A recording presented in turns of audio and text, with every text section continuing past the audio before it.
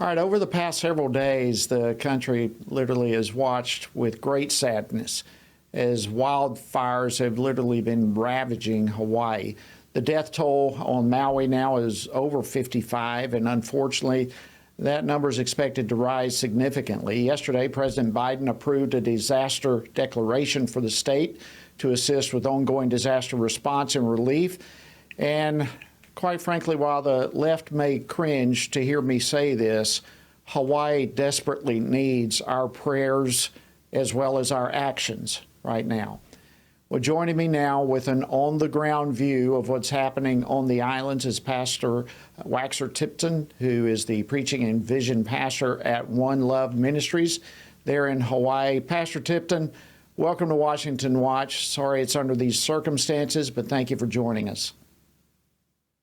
Yes, thank you very much for letting me be here with you today.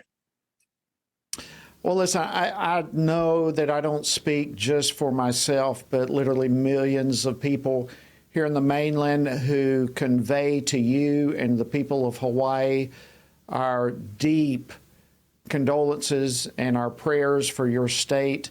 And I just don't even have words to adequately express that. But how are you? How are your church members? And how are things going right now? Well, first of all, let me state that our church is on Oahu. So all of you know, as you visit the islands, you know, quite a difference between each of the islands. And so I've been trying to, just to give you an insight of the difficulties and how broad this devastation is, that the media is nowhere near. And I'm not exactly sure why it might be editing it for whatever purposes that might be above my pay grade. But we can't even communicate with the pastors on the ground there. I was trying to get two of my pastor buddies that are on Maui to answer you at this time and share. I was able to get through on a phone call with one of them, but we are constantly getting the reports of those that are on the ground, people from our own church that moved over to Maui and that were able to survive this. But the devastation is far greater. The descriptions that we are being given is nothing short of Hiroshima.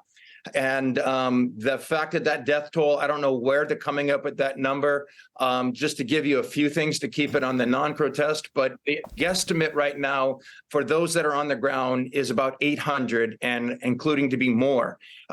We had sent some boats over with fuel, which I'll mention is some of the things for us to pray about, but they have no gas to get out of even the area, those who did survive. And so we sent boats over and they mentioned that it was like the Titanic as far as with bodies in the water and trying to get through, and were even turned away at the harbor. So it is devastation beyond compare.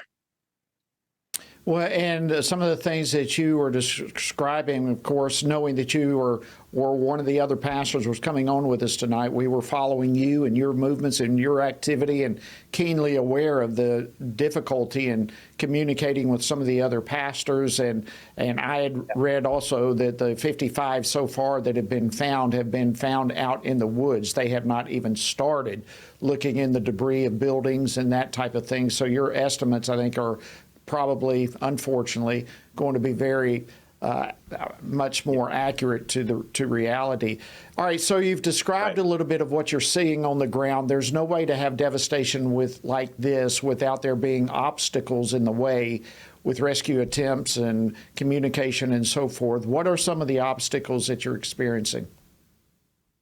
Thank you. That's a great question. The number one problem right now is communication. So all cell towers went down. They were burnt in the process. So literally, as I said, people on Maui can't even get a hold of each other via cell phone to find if they're alive or not. The organizations like FEMA or Red Cross cannot communicate. So how do people even know if water trucks are coming in or gas trucks, these types of things? Because there's no, you usually say turn to the radio. They can't get these things and it's not functioning. So that's the biggest problem right now, is the area of communication for everyone, the families as well as the organizations that want to do relief. The second problem is access, because of the fire being so close to its peak that they are not allowing anyone in or out And so that literally just opened about 20 minutes before I came on air with you. And even then, those who do leave must be able to show they have a license that shows that they live in that area to be returning. But people who even did have cars were able to go out. They wouldn't leave because they wouldn't be able to come back in order to get food or supplies. So the access has been shut down just because the roads themselves, as I said, have bodies and debris everywhere from the fire. And so they're very much on a lockdown right now, but that just opened up, praise God. And so people are little by little being allowed to go out. But as I mentioned, the third problem is fuel. As you may see later in the pictures, you will see gridlock. If you can imagine, knowing these fires are coming, people jumped in their cars, loaded everything in their cars to get out of town. And as they did, the gridlock hit the fire because those winds, which I'm sure you heard about, were so fast, it came down and closed those cars, and people had to run from their lives from those cars into the water to save themselves. So everything in their house as well as in their car was destroyed. And what is so amazing is the fact that the wind was blowing to the water, that windy water going that direction, that it was those in the water still had to swim out because the heat and the fire was blowing upon them. And that's why they found so many people passed away, even in the water, whether they didn't know how to swim or not. So we've had the lifeguard, the Coast Guard and others going through and picking up folks that are there. But it's definitely the time right now is the church to mobilize. As soon as we heard about it, we started to make our church a sanctuary so that families and all the tourists, you have 4,000 tourists there, that there's not even enough food and supplies for all of the locals there. So we were setting up stations so that as they flew here in order to get connecting flights home, but thankfully our governor stepped in and opened up the convention center. So that is there. And so families are able to come there and have some place to stay in the meantime. And so what's happening here is the churches are rallying together with food and water and supplies, and especially fuel, and trying to reach that. But the main situation, the main need, Congressman, is going to be actually resources, and getting those resources to the churches, to the pastors, because even if you're in the shelter and you ran for your life, you don't even have a blanket, much less an air mattress of some kind. Many of them don't even have their IDs because it happened so fast. Pastor Tipton, thank you so much for this incredible update that you've given us. We're going to have to leave it there, but I want to give you encouragement to know that we and all our family here at FRC and millions of others are praying for you and helping in every way that we can. I want to thank you for joining us on Washington Watch, and God bless you. Keep the torch ablaze, my friend. God bless you.